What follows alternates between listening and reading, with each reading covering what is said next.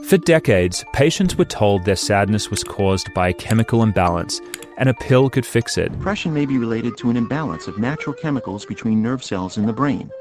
Prescription Zoloft works to correct this imbalance. But today, I'm speaking with a psychiatrist who dared to say that story was never true. This is Dr. Joanna Moncrief, an academic who risked her career, her reputation, and the approval of her own colleagues to expose the truth behind psychiatry's most popular myth. What she reveals in this interview should worry us all. The pressure to stay silent, the fear of losing professional standing, and the human cost of telling patients a comforting lie. We talk about what happens when a doctor stops believing the scripts and starts asking deeper questions. Why are millions still being prescribed drugs we know don't fix any known brain abnormalities? Why do so few speak out? This isn't just about science. It's about ethics, power, and what happens when medicine forgets its first promise: to do no harm.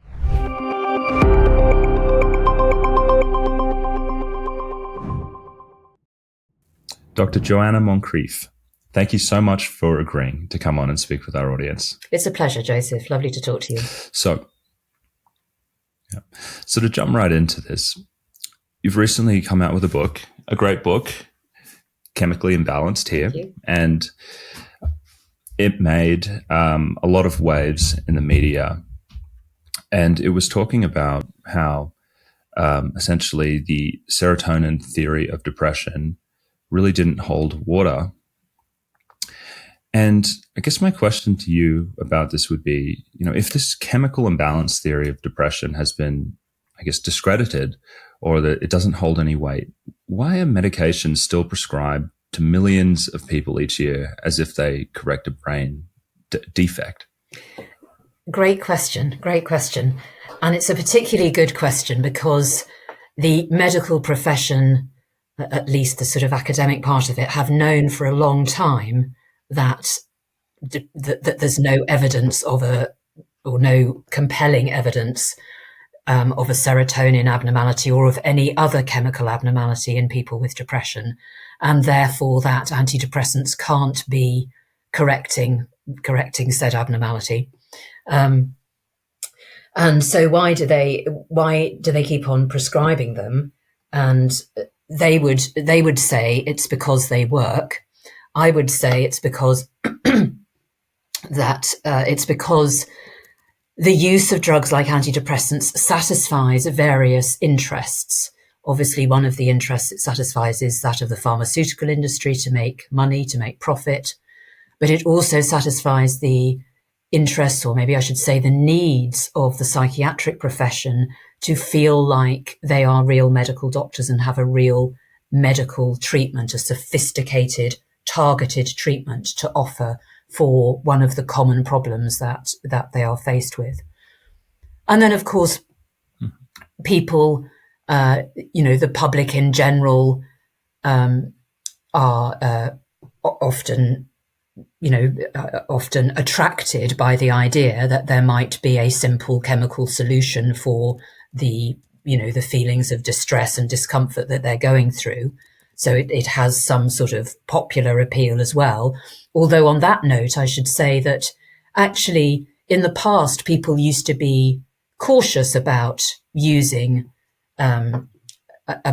chemicals to manage their emotions. And the pharmaceutical industry launched campaigns in the 1990s deliberately aimed at changing people's minds, at whittling down that natural caution that people had about the use of chemicals that affect the brain. So I think the reasons why antidepressants have continued to be prescribed is because of this combination of factors, because they satisfy these various interests, and therefore any research that contradicts the idea that they might be useful or beneficial is resisted or ignored for as long as it can be. What I want to ask you about is something you said right at the beginning. This has been dismissed by the medical community for quite some time. I have to say that's not the experience that I've heard from the patients coming to me. In fact, most of them would say, my doctors told me that, this is genetic, or, there's some biochemical problem in here. And so it doesn't seem like that's the case. How could it be two things at the same time, dismissed by the medical community, but every week people are coming to me believing that they have essentially a chemical imbalance or a genetic brain problem. So how does that make sense? So no, you're absolutely right, and that's a really good point. So I believe that people have been continued to be told that depression is due to a chemical imbalance and that antidepressants correct that imbalance, often explicitly, but sometimes it will be an implicit message. Oh dear, yes, this must be a medical condition and you need a drug treatment for it, and no other if no other explanation is given, but people are told that, they will generally assume, given all the propaganda that there has been over the years, that that this drug is being given them to correct a chemical imbalance. But many people have been told that explicitly by their doctors. But the point I was trying to make is that the research community, the academic community, have known that there is no good evidence to support this idea for a long time. In fact, in 2005, two academics published a paper quoting a whole load of medical experts who acknowledged that there was no evidence to support the serotonin theory of depression. And that made caused some attention, grabbed some attention from the media at the time. And leaders of the psychiatric establishment at that time commented that, oh yes, of course, we know there's no evidence for this at the moment, but we assume that something like this must be the case, and therefore one of them said it is a useful metaphor that we tell to patients. And subsequently, leading psychiatrists such as Ronald Pease in the US have written several times that the idea of a chemical imbalance has not been demonstrated, but may be something that is told to patients as a useful shorthand for explaining what he thinks doctors believe is the case with antidepressants, even if it's not been proven or demonstrated. So this, of course, is enormously dishonest. This is really leaders of the psychiatric profession saying that it's okay to mislead patients. We believe that depression has some biological roots. Therefore, we assume that they'll be discovered eventually. Therefore, we're just going to let our patients believe that they have been established already. That's basically what they're saying. And I think that's what, and because those people haven't stood up and said publicly, no, actually, this theory that depression is caused by a chemical imbalance has not been established, has not been proven, because they've not said that outright in public. Many doctors, as well as patients, have continued to believe that actually this is proven, and therefore, practicing doctors pass this idea on to their patients. How does something like this happen? Well, actually, I think I came, I went through, when I was going through school to become a psychiatrist, what I heard a lot about was BDNF.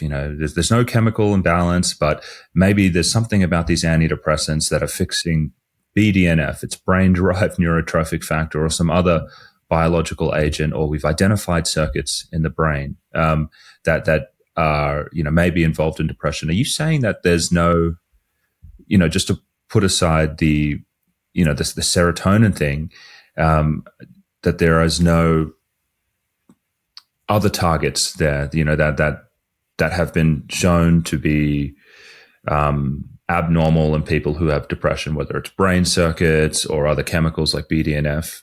I absolutely am saying that. Okay.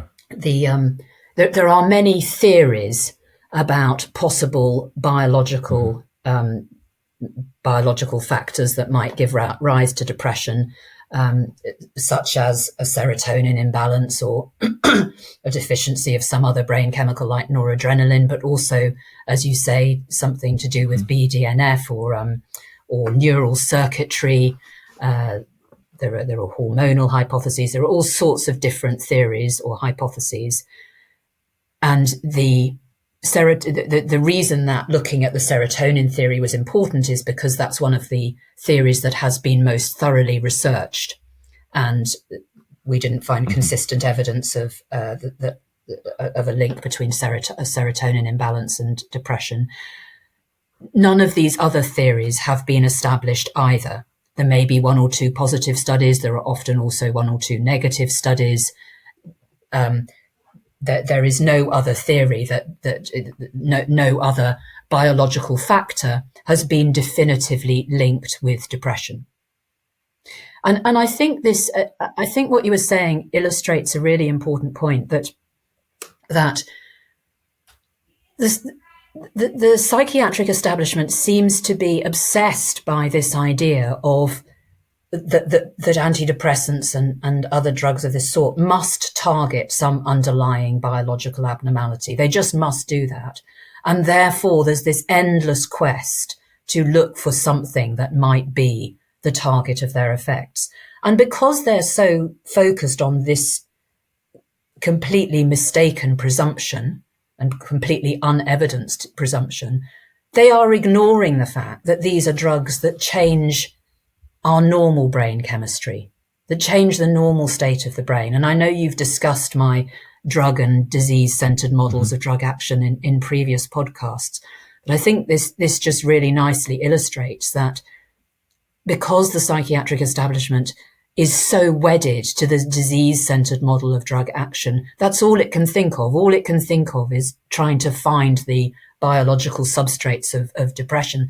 And therefore, it is completely ignored. It is completely neglected to research what antidepressants actually do, how they actually change the brain, change the normal state of the brain, and what the consequences are of doing that.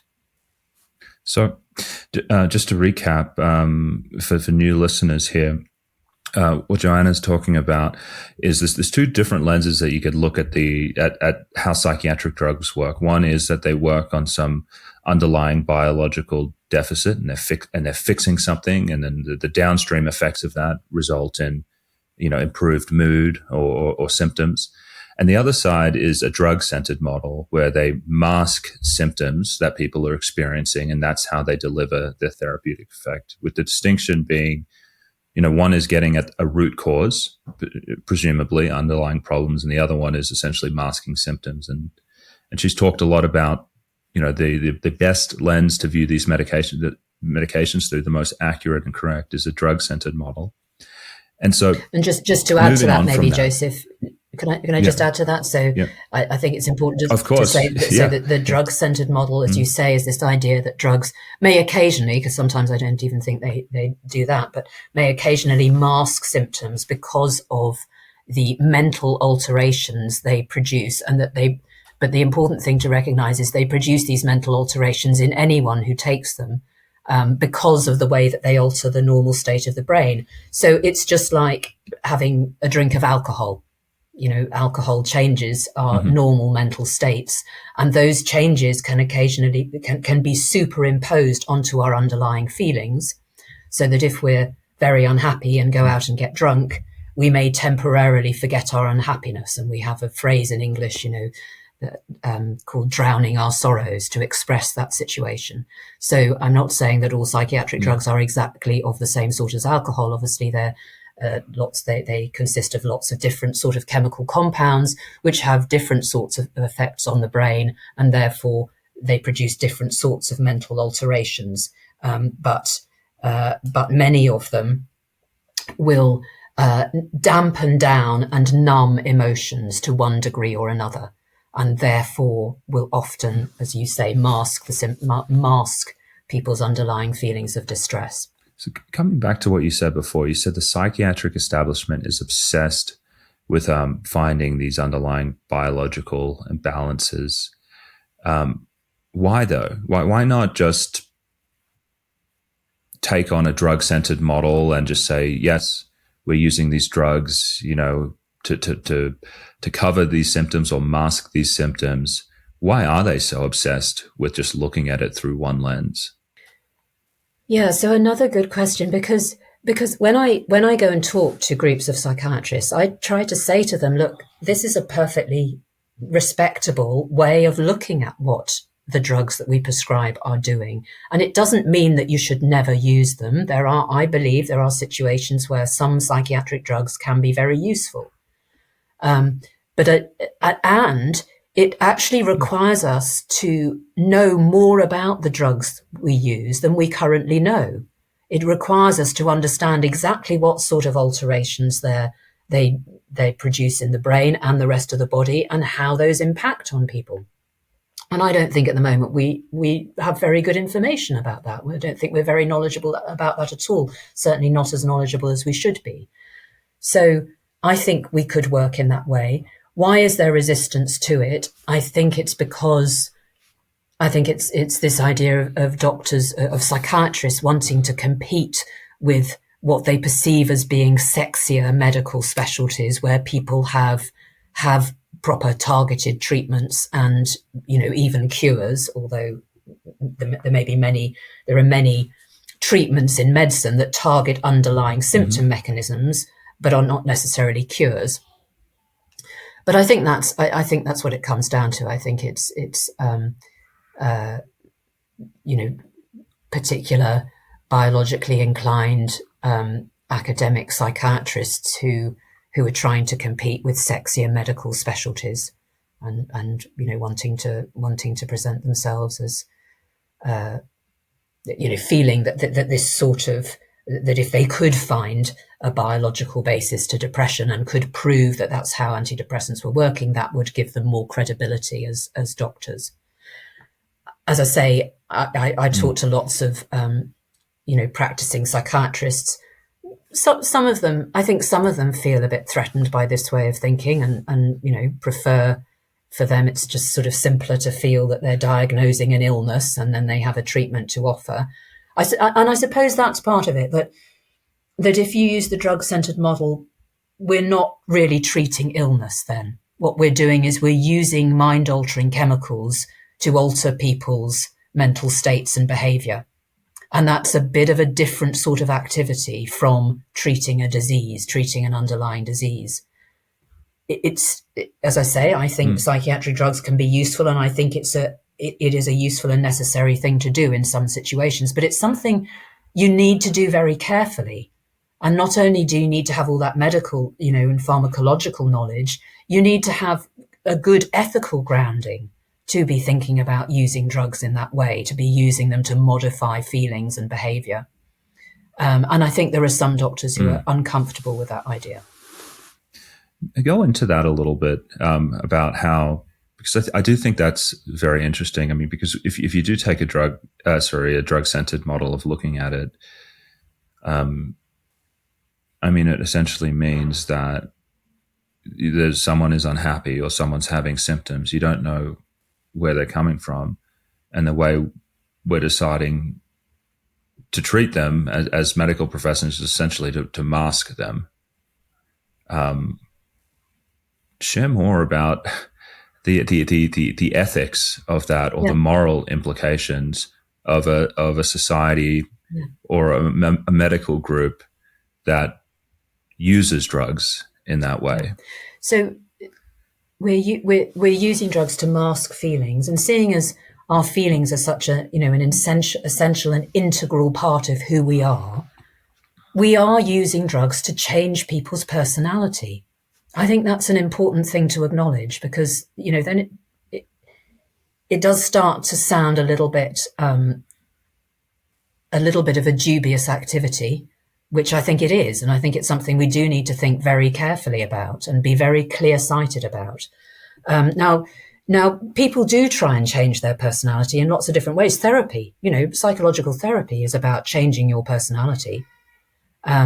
But obviously it's quite explicit there, and people are setting themselves goals and making changes that they want to make. And this is one of the reasons that I think this chemical imbalance idea is so insidious and so harmful, is that it is basically masking not only individual people's feelings, but the fact that what we are doing when we prescribe these drugs is changing people's personality. If we're going to use drugs in that way, we need to be really upfront about it. We need to say this is what this is about.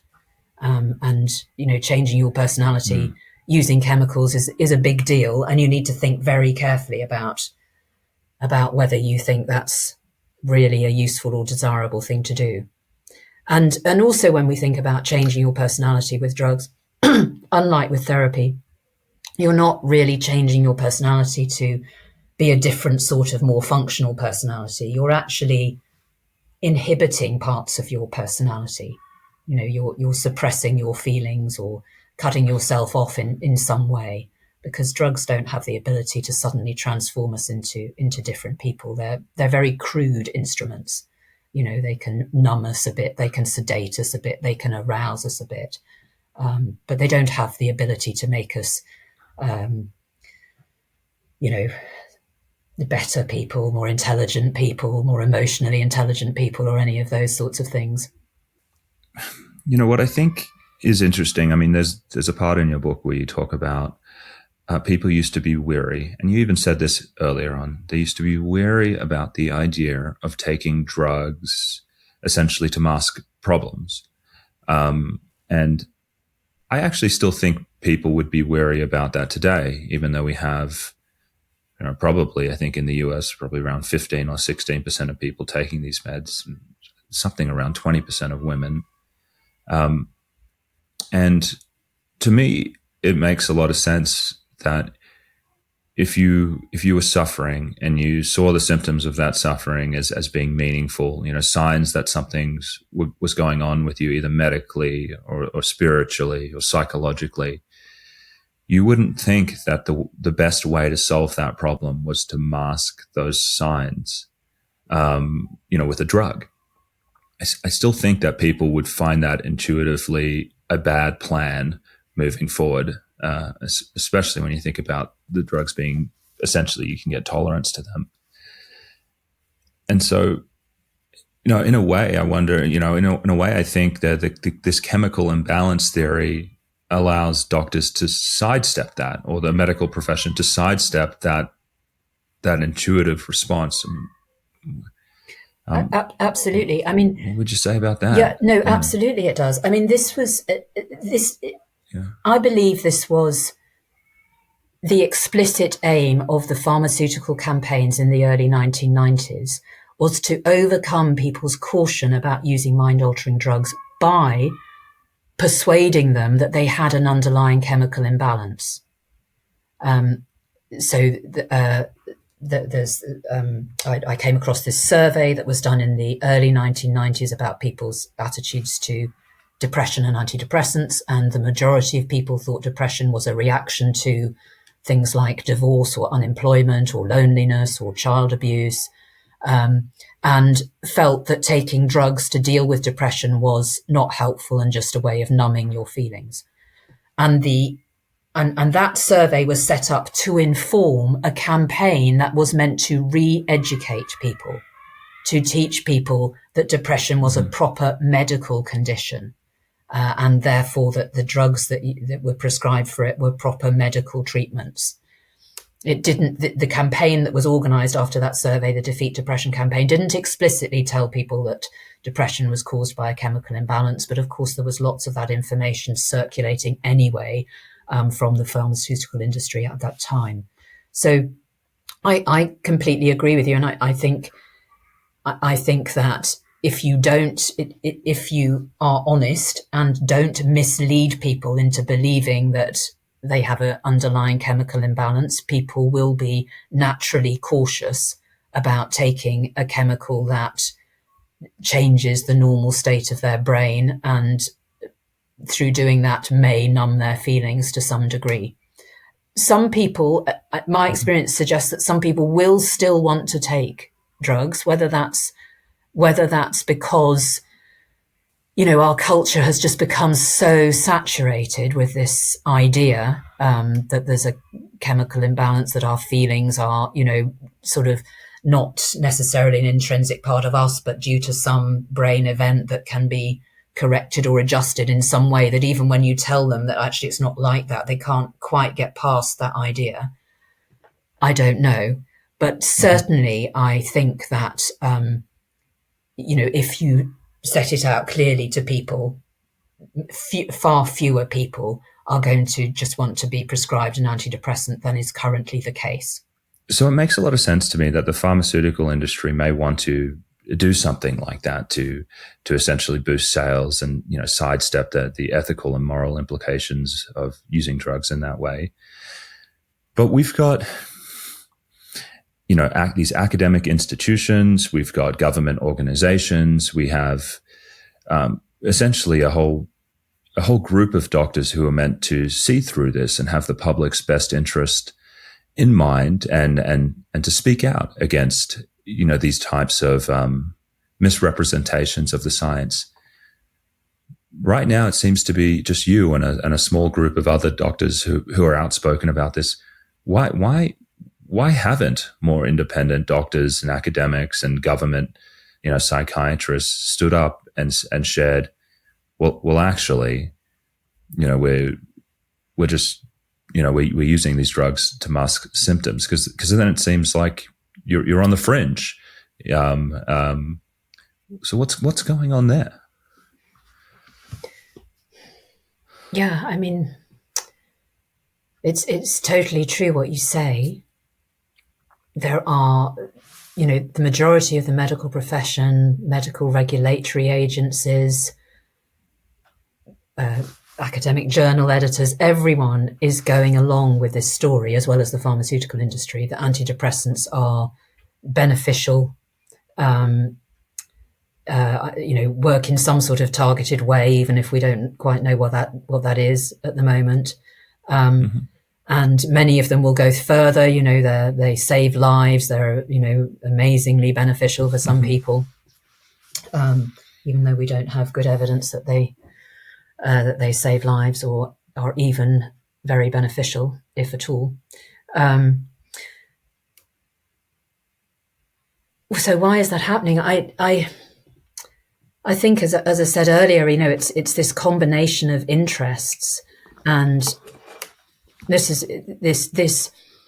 desire to medicalize life problems has been going on for a long time. It's been really ramped up by the pharmaceutical industry since the 1990s, since the advent of SSRIs, but it has been going on for a long time. Before the SSRIs, of course, the benzodiazepines were huge sellers, and then before that we had the barbiturates. And I think, I think it's just partly inertia in the system. People can't imagine a system in which people who were distressed were not presented with a medical solution to that distress. I mean, I think the answer to this situation is a complete radical overhaul of what we call mental health care, taking it completely out of, or most of it completely out of medicine, and locating it in social services, so that the expectation is not that you deal with a mental health problem by going to see your doctor and getting a medical intervention, but that you deal with it by going to see a social worker or someone of that sort who helps you to fix the reasons why you've developed some symptoms and distress in the first place. Mm-hmm. And I think in order to have a system like that, it needs to be really thoroughly demedicalized. And I think part of the reason why that hasn't happened is it's become so big. We are just treating so many people with antidepressants now. We're just medicalizing so many people, so many different situations. It's difficult to contemplate changing that. And, this is such a good point, because an important point. Going back to the NICE guidelines on depression in 2004, myself and Irving Kirsch wrote in for people who don't know, in the States, NICE is the National Institute for Health and Care Excellence, it's now called. And it's a UK organisation that it's a bit like a licensing authority. It determines whether a drug is worthwhile to be used in the National Health Service in the UK. And so they did a report and guidance on treatments for depression. I think their first one came out in 2004. And Irving Kirsch and I put in some evidence to this, in which we pointed out that the difference between antidepressants and placebo is very small, probably not clinically relevant, and probably explained by things like the amplified placebo effect.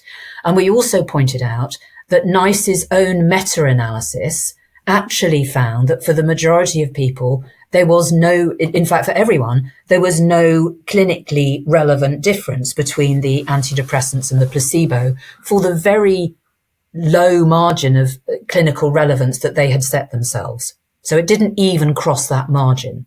So we pointed this out in 2004 to a committee that was led by a psychiatrist, quite a thoughtful psychiatrist, David Goldberg, done quite a lot of social research, not a sort of ardent biological fanatic, and other doctors and members of the public. And that committee not only ignored our, it did give some replies to some of our points, but it ignored the point that we made, that what their own meta-analysis had found, that there was no clinically relevant effect. So that's just to show that going back to 2004, authorities have known that antidepressants are not worthwhile and have chosen to turn a blind eye to that. And as I say, I think part of the reason is this medicalization of misery has just got too big for people to be able to contemplate the radical overhaul that is needed, and that the evidence suggests is needed. I'm going to take a different tack on this and speak a little bit about my experience, and I'd like you to comment on it. And, for people who may not have watched, may not know about me before. So I after becoming a psychiatrist, I worked for the FDA and also in a few pharmaceutical companies. And so I've rubbed shoulders with academics and the drug company and regulators, and I had a lot of these questions. And what I saw in the pharmaceutical industry was that there was almost this grooming, maybe that's a harsh word, this grooming of academics taking place, where, well, to give you some context, where if you're going to become an academic in America, I imagine the same as in the UK or in other places, if you want to be a professor, you need to show that you are, an authority in your space. You have to have a lot of public, have a lot of publications. You need to be giving like international talks and really demonstrate that you are an expert in order to get that promotion. And what I often saw was that the best way to do that was to partner with drug companies, was to run their clinical trials. They would generate publications for you. They would give we would give academic doctors the protocols. We would give them administrative support. We would give them payments. And then we would fly them around the world, and we would bring them out to, internal conferences, and we would speak with them. And it gave me this insight into, well, maybe this is just happening on a mass scale when now the leaders of these academic institutions, because they've been given this leg up, because it's so much easier in the United States to get funding from a drug company than it is to go to the NIH. NIH grants are extremely competitive. Pharmaceutical grants, and this is what you need to maintain a career in academia, they're a lot easier and they're a lot more plentiful. And so it made sense to me, just from a career perspective, that, well, a couple things. One, these academics probably wouldn't want to say very negative things about the drugs because it could have some negative career effects for them. And so they're just going to, overlook that because they want to guard those, they want to maintain those relationships. And two, when you have these people in charge of these academic institutions, and this goes on to, I think, why doctors are so bought into this, just the rank and file doctors, when you have these biological psychiatrists who are running these clinical trials, endowed chair at Harvard or Yale or Baylor, where I was, these are the cream of the crop, they're the most prestigious positions. I used to look up to them, and I think most people do, as, wow, this person could only get to the top of his profession if he knows something that I don't. He must have a better sense of psychiatry and medicine, and must be more knowledgeable. And that sort of shattered to me after going through all of that, where I said, well, these people, they're not that clinically active, and most of the time they're just running drug trials. And so I think you get this very skewed education from these biologically oriented psychiatrists who kind of have this ulterior motive just to kind of go along with things for their career. And I think you also don't want to break with that eventually. And when I was at the FDA, I saw the same thing. I saw a whole group of psychiatrists who were still biologically inclined. And most of the people that go into drug regulation, they are academics who are tired of the grant process. It's exhausting. It's hard to get money. And then they say, I don't want to do this anymore, but I love research. I'm going to go work for the government and review things. Those doctors, they have all been trained by the same academic leadership, and they have the same ideas.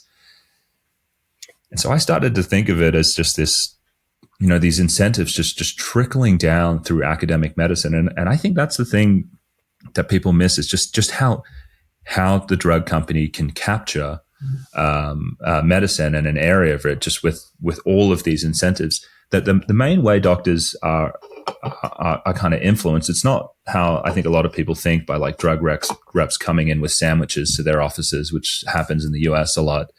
I don't think it's that. I think it's because they've captured academia through these incentives. I'd love to get your thoughts on that. Well, that's absolutely fascinating to hear your insights, Joseph. I also I worked on a drug company trial when I was a junior researcher. I was employed at an academic institution, but it was a drug company trial that was being run partly by this institution, which was also a very interesting insight into how studies work. Mm-hmm. But I think the point that you're making is really important, that pharmaceutical money is basically setting the research agenda and creating it's responsible for so many publications, for such a large proportion of the research literature. And that, of course, creates, shapes the culture of psychiatry for everyone, from the top to the bottom. I know how difficult it is to do a non-drug company funded study, from the beginning of trying to get the money through to actually trying to do the study, often with, really not enough resource to do it, through to trying to get it published. And so, of course, if there's money coming from the pharmaceutical industry to do big studies, which are the things that journals want to publish, then that's partly why we end up with so much literature that's come from the pharmaceutical industry.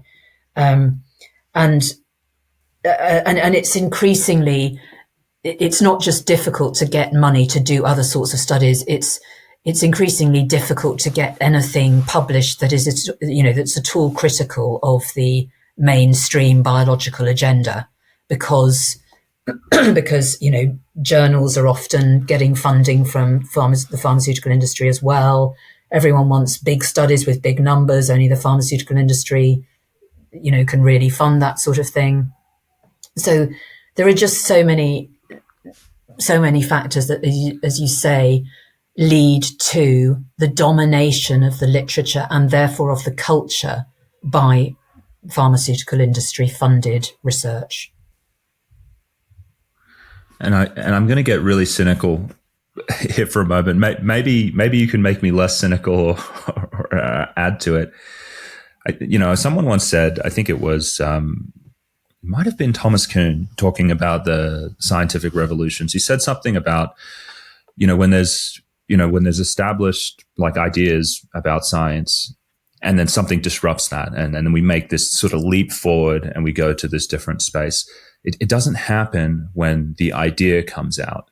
It's not like everyone just says, okay, that's a better idea. That makes more sense. Let's go along with it. I think he was a historian, and he looked at it and says, the science changes when the people die. And, when the old guard dies and new people come in. And when I look at it now, I almost think, we have this whole, echelon of psychiatric leaders who have built their careers off these studies and of saying that these things are chemical imbalances that, they would lose. It would be damaging to their reputation and to perhaps the prestige to go along with this. And so I guess my question to you is there a more hopeful vista or is there a reason to be cynical? Perhaps that we kind of need to wait for an old guard to die off and more people to come in with different ideas. From a UK perspective, quite a lot of the people who've been challenging me recently and really trying to stick up for biological psychiatry, and trying to ensure that publications that are critical of biological psychiatry are that things that are published that are critical of psychiatry are not published or get a difficult ride, are often quite young. they're not the old guard. They're younger psychiatrists who are maybe struggling with the situation of, as you say, that, it's so difficult to get non-pharmaceutical company money. I'm not saying they're all taking pharmaceutical money. They're not. But, they're in a situation of trying to forge an academic career where getting money is difficult, and, aligning yourself with biological psychiatry in one way or another is going to be helpful, because in fact it's not just the pharmaceutical companies that fund biological research. There are other big funders for biological research, and generally more funders for biological research than there are for social research in mental health. I don't think it's going to be as simple as just waiting for the old guard to die. Because I was reflecting on this. I was reflecting on this recently, actually, and I think I say this in my book. I feel, and maybe it's just looking back through rose-tinted glasses, but I feel that psychiatry was more open-minded when I was younger and when I was training in the UK, at least. That that psychiatry was seen as somewhere where debate was a good thing and part and parcel of it, and that I don't suppose we read them in detail, but, we learned a little bit about the anti-psychiatrists like R.D. Laing and Thomas Saz. And I feel that, if anything, there's less of that nowadays.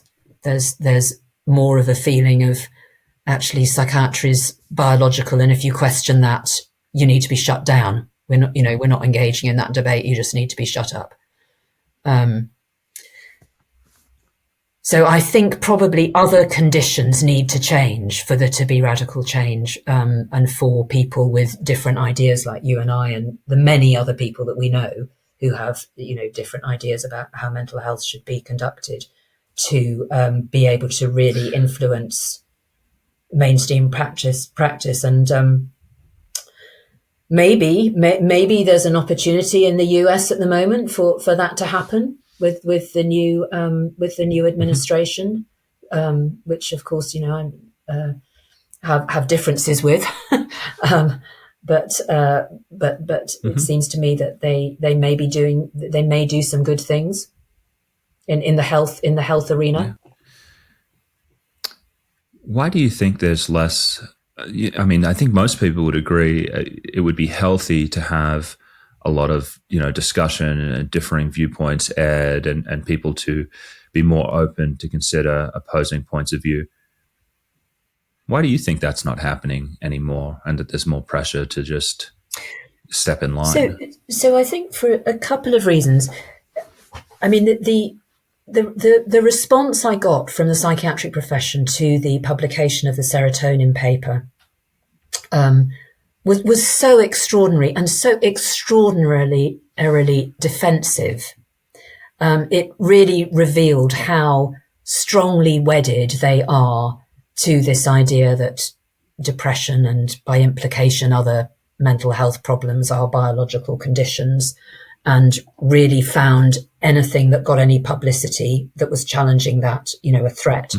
And I think that is partly a result of the influence of social media and the fact that that an alternative viewpoint, such as you and I articulate and other people, is getting more airplay than it used to. I think maybe one of the reasons psychiatry was comfortable with debate, going back 20 or 30 years ago, was because it didn't really leak out into the public domain that much. And nowadays it does. There are large communities nowadays on Twitter and, all the sort of social media platforms of people who have different views about mental health, and large communities of people who have been harmed by the current approach of the mass prescribing of antidepressants and other medications, who've got into trouble with withdrawal symptoms and experienced other, really harmful and debilitating adverse effects. So I think that's perceived as a threat by mainstream psychiatry, and therefore they feel more insecure about their approach, and therefore less amenable to the idea of debating and discussing it within the profession. That's one thought. I think also it's there has been this biological turn since the 1990s, spearheaded by these pharmaceutical campaigns that that promoted Prozac and the SSRIs back then and have continued since then. And of course, there had been pharmaceutical campaigns before then, but I think they didn't quite align so well with the views of biological psychiatry before then. So the best sellers back in the 1950s, 60s and 70s were drugs like benzodiazepines and barbiturates. It's difficult to pretend that they are targeted medical treatments. That their mind-altering effects are so obvious, and so so similar to alcohol, for example, that it's difficult to pretend that they're correcting a chemical imbalance and not just altering your mind and emotions in some way. And so I think it's only then in the 1990s that the pharmaceuticals industry's aims and the interests of the psychiatric profession to present this biological model of the disorders and the action of the drugs came together. And that really has, helped to strengthen the biological strain in psychiatry, the biological area of psychiatry, as against social psychiatry and psychotherapy, which have always been part and parcel of psychiatry, but I would say have become much less dominant partners since the rise of biological psychiatry really took off on the wave of this pharmaceutical industry promotion of antidepressants. To me, there seems like there's some oppressive element to it as well, because I think I get being defensive about this because we built a medical specialty essentially around these ideas and these medications. But what I see being thrown around to kind of silence people like you is that you're dangerous, is that you're scaring people away from life-saving medications. You're putting people at risk. You're stigmatizing the mentally ill. You're covertly suggesting that maybe people should just, go to church, talk to their friends, pull themselves up by their bootstraps. And this is this outdated and maybe idealistic way of looking at things. What do you say to?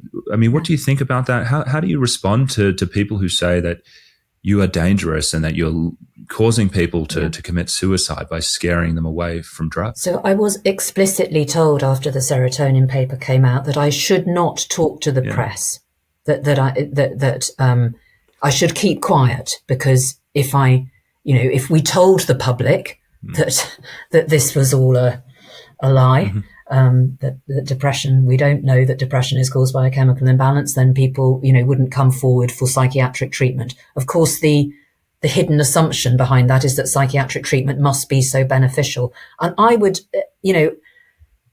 I think that overall, our current approach is undoubtedly doing more harm than good. Medicalizing people's emotional problems and putting people on long-term medication for those problems, just has so many negative consequences that I really think that actually people would be better off without that system, even if there was nothing to put in its place. And I'm not suggesting for a minute that we don't put anything in its place, but even if there wasn't, I think it's just doing so much harm that it would be better. We'd be better off without it. Sorry, I know that wasn't the question you were asking me. You were asking me why. No, but I'm going to pick up. I'm going to pick up. I'm going to pick up on what you said, because I think it's really interesting. Most people assume these drugs are safe to take long term, and let's just put the whole chemical imbalance thing aside. For instance, let's say you've got someone and they fully recognize that they're just using a drug to essentially, they're a nervous Nelly and they don't like being a nervous Nelly, and when they take Prozac, they're less ruminative and it helps them. Why is that such a bad thing to do long term? Are there problems with that? So there are a number of problems at a number of different levels. But if someone really does find it helpful and they have considered very carefully all the pros and cons, I wouldn't necessarily say that it's, always a bad thing to do. But the downsides are a number of things. Dependence, if unless someone's confident they want to take this forever, we know that actually it can be very difficult to get off these drugs for many people, particularly if they've taken them for a number of years. If people end up taking them for long periods of time, they cause osteoporosis, which can lead to fractures. We know that they cause falls in the elderly, which of course are problematic. They probably have effects on the heart. There's some evidence that they're associated with reduction of brain volume. They cause sexual dysfunction. I know you've highlighted this on your podcast, and I think it's so important. It's well recognized that they cause sexual dysfunction while people are taking them. But it's becoming increasingly apparent that for some people, this sexual dysfunction will persist after they've stopped taking the antidepressants. Obviously, a huge issue, particularly for younger people, but for people of any age. So, there are all those potential physical complications, and more that I haven't listed. Then I think I think it's also important to think about the psychological consequences. It's difficult. I think it's difficult to judge, to really evaluate how a drug is changing you while you're under its influence. And you really need to come off it and look back at how you were and reflect back on how you were to judge whether it really was helpful. And I will always remember watching the playback of a morning chat show that took place in the UK shortly after Prozac was introduced. And the presenter went up to a woman who said exactly what you've said, really. This drug has changed my life. It's changed me for the better. I'm a better person. I'm less, sensitive and, jumpy and reactive and, more mellow and things. And I think I'm a better person, and it's fantastic. Then there was a bit more discussion and input from other people. And then later in the program, the presenter went back to her husband, who was sitting next to her. And he said, "She's changed in fundamental ways that I feel uncomfortable about. She doesn't seem like herself anymore." So to him, it had been a negative change. And I just think that highlights that we may not appreciate the negative aspects of how drugs affect us when we are under their influence. And it may only be when we look back that we that we're really able to evaluate whether it was a good or a bad thing to take them. I'm describing what the psychiatrist Peter Breggin describes as the now I'm going to forget. Spellbinding. Thank you. The spellbinding effect. Yes, exactly that.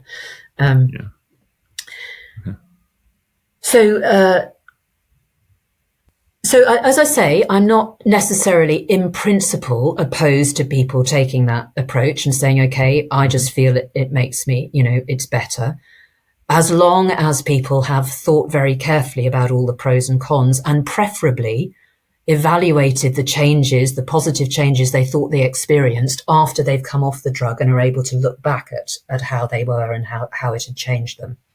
And then, make a considered judgment. And then, of course, also, this is where this whole issue about the research on antidepressants comes into play, because although people might feel that the drugs are useful, the research evidence really doesn't suggest that they are. It suggests that the effect is principally a placebo effect, probably amplified a little bit by getting some side effects and, recognizing that you're on an active substance. So, even though people may feel that the drug is benefiting them, we don't have good evidence that it actually does benefit people. Another issue that I feel hasn't really had a lot of airtime is that there are a number of psychiatrists out there who actually wonder if antidepressants could actually make people more depressed in the long run. I know that I'll butcher the name, but there's a psychiatrist at the University of Kentucky. I think his name is Rif El-Melek. He's done something with Alan Swan, a professor at Baylor who trained me. We also have people like Giovanni Fava as well. And so there's a lot of who I wouldn't necessarily call fringe psychiatrists, but just solid, quite middle of the road, respected within their profession doctors out there saying these drugs may actually make some people worse, maybe after being on the drugs for several years. What can you share? I'm not sure how familiar you are. Yeah, no, I know. I know it well. So this is the whole idea of tolerance, isn't it? That that you get tolerance to the effects, and then you may sort of overshoot that and get even worse. My problem with this view. So I partially agree with it, I should say. But my problem with it is that I think some of these people at least assume that antidepressants are lifting people's mood initially. And I don't think they are. So I don't think you get tolerant to a mood elevating effect, because I don't think there's any evidence that they have a mood elevating effect. Do they make people worse in the long run? There's good evidence. Well, there's reasonable evidence, I would say. It's difficult to get any really good evidence on people's long-term outcomes, but there's reasonable evidence that people who are on long-term antidepressants have worse outcomes than people who are not on long-term antidepressants. That may be partly because, they're more severely depressed. There's various confounding issues to consider, but there are some studies that have controlled for those confounders to some extent, and still found that people who are on long-term antidepressants do worse. Why are they doing worse? I think that may be partly due to the debilitating effects of taking a mind-altering drug on a long-term basis. Probably people who take long-term benzodiazepines can also become quite dysphoric and anxious with long-term use.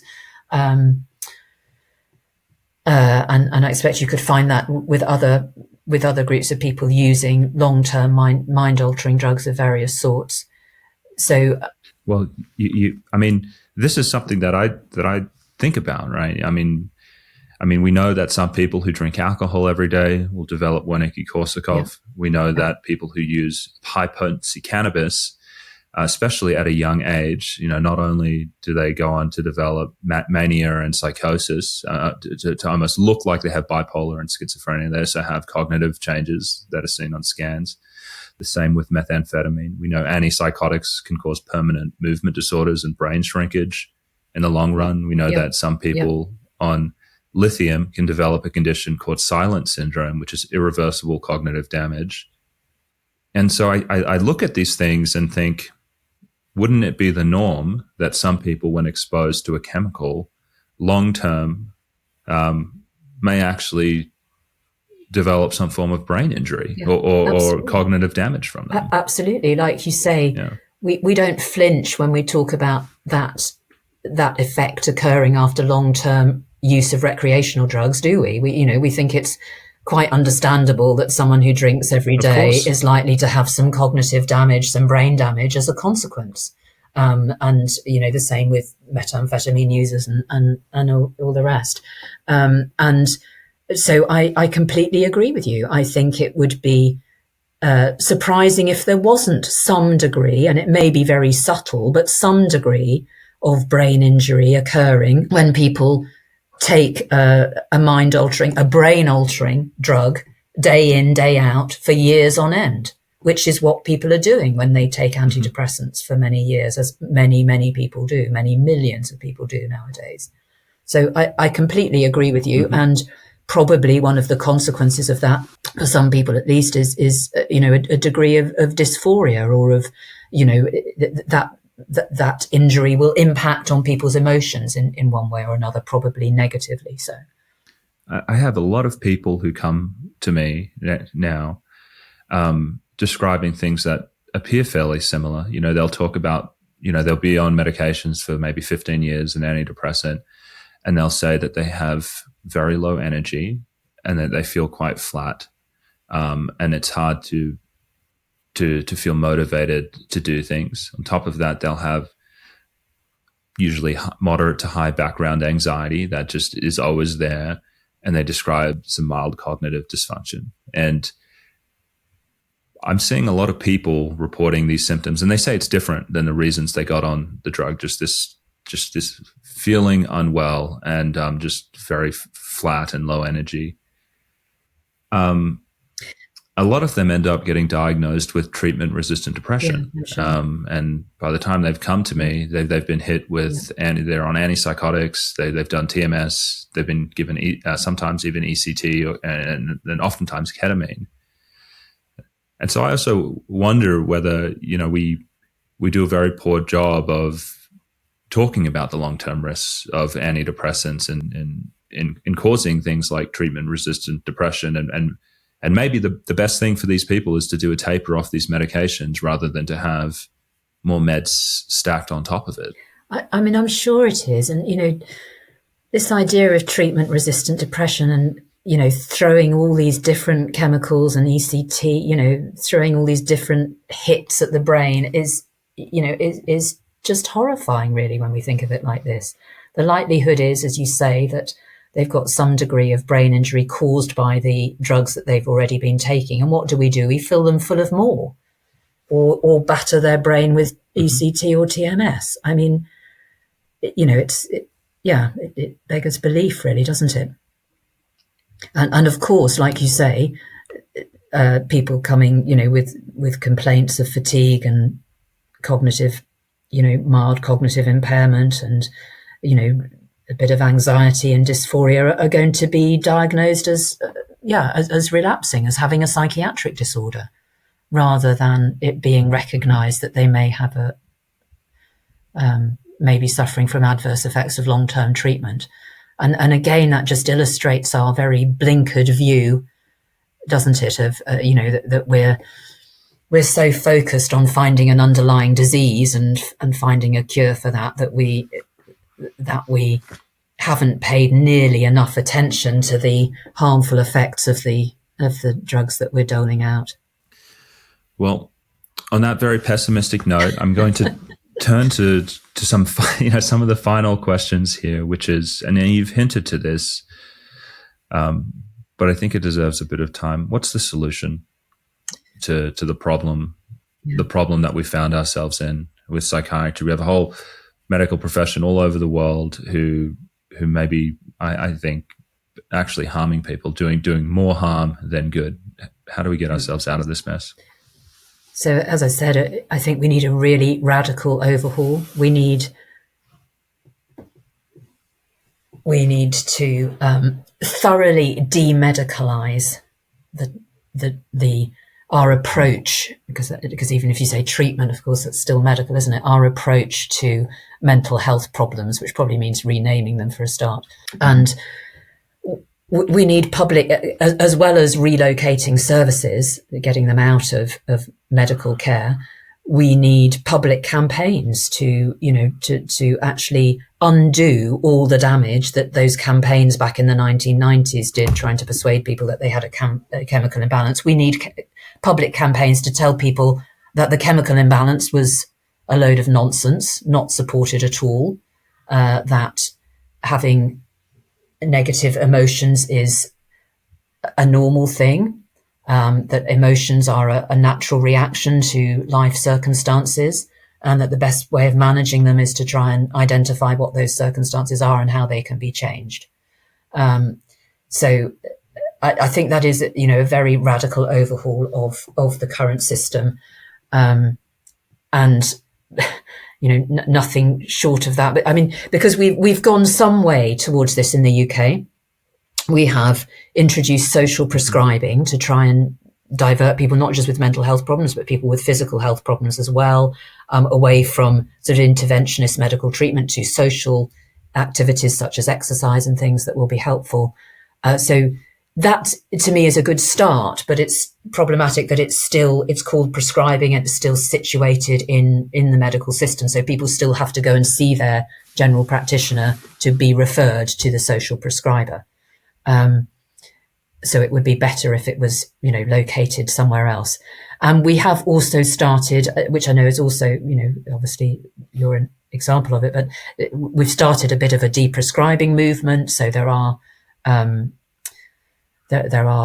some areas in which psychiatrists are, doing some deprescribing activity, helping people to come off medication. The Royal College have, put out some information to try and help people, but it's fairly minimal, the activity that's being done in that area.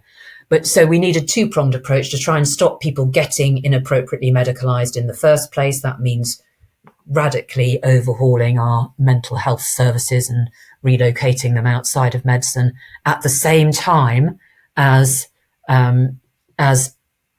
funneling our existing resources to help people who are victims of the current system to get off harmful medications in as safe a way as possible. What haven't I asked you about, which you'd like to share with the audience before we wrap? What haven't we covered, which is important? I think we've done a fairly thorough job, haven't we? Good. I can't think of anything else. Maybe just to say, because I like to say it, that David Healy had already debunked the chemical imbalance idea back in 1987. So, we've known that this idea was nonsense for such a long time, and I think that just emphasizes the point you made about, about Kuhn saying we have to wait for people to die. I don't think it's quite waiting for people to die, but we have to wait for the right circumstances, the right conditions for change, before change will come about. And do you want to know another really pessimistic thought that I have? Is that it took. I'm going ahead. I'm going to subject you to it. It took Luke Montague, who is essentially British royalty, to develop a condition for government to pay attention. Yes. And it's what has to happen in the US. I'm like, I know we're having a change now, but do we need a child of a president or a senator to have this problem? I think it's going to happen, but that also saddens me in a way. I'm so happy for the role that he played and how all of the change, but it also made me feel sad thinking about that. It's like Betty Ford changed the situation over benzodiazepines. She was the wife of President Ford, and she had a problem, and she really got benzodiazepine dependence on the map back in the 1970s, late 1970s, and changed things over benzodiazepines. And Luke has started the same path with antidepressants, and I do think I do think there are opportunities. I do think there are opportunities, but we do need such a massive change, because this system, this whole approach is just so harmful and so pervasive. So pervasive. Yeah. Well, I'm going to shamelessly promote you now, and then I'm going to have some people, and then I'll have you share where people can get in touch with you or learn more about your work. Chemically Imbalanced, amazing book talking about Joanna's recent paper that I believe is one of the most cited papers of all times. But the books that she does goes deeper than this. There's probably a really great book is The Myth of the Chemical. The Myth of the Chemical Cure is an excellent book. It was very, it was like a fundamental piece of my learning when I was going through psychiatry. That's great. The Bitterest Pill as well is another one that Joanna has done. They're all awesome reads for people who want a more in-depth look at everything that we've been talking about today. And so I would highly recommend them. Joanna, where can people follow you if they're interested in your work and what you're doing? Thank you. So I have a website, which is joannamoncrief.com, which I put blogs on occasionally. And I'm on Twitter, X now, which is at Joanna Moncrief, and also on BSkyB with the same name. And I should also say that Chemically Imbalanced, my new book, is not out in the States until September of 2025, but you can get an electronic copy, or you should be able to, from Amazon UK or other UK based outlets. I don't know how did I get this. I guess I think the publisher sent it over to you because we were doing the podcast. So it can be sent over, so you can get it, but it has to be posted from the UK, I'm afraid, until it comes out in the States. Okay, good. Okay, well, on that note, thank you so much, and thank you so much for coming on and speaking with my audience. I really appreciate it. It was a pleasure, Joseph. Thanks very much. If this conversation with Dr. Moncrief struck a chord with you, I highly recommended you watch my interview with her colleague, Dr. Mark Horowitz. He was a psychiatry trainee, fully bought into the system until he tried to come off the drugs himself. What happened next forced him to question everything he'd been taught.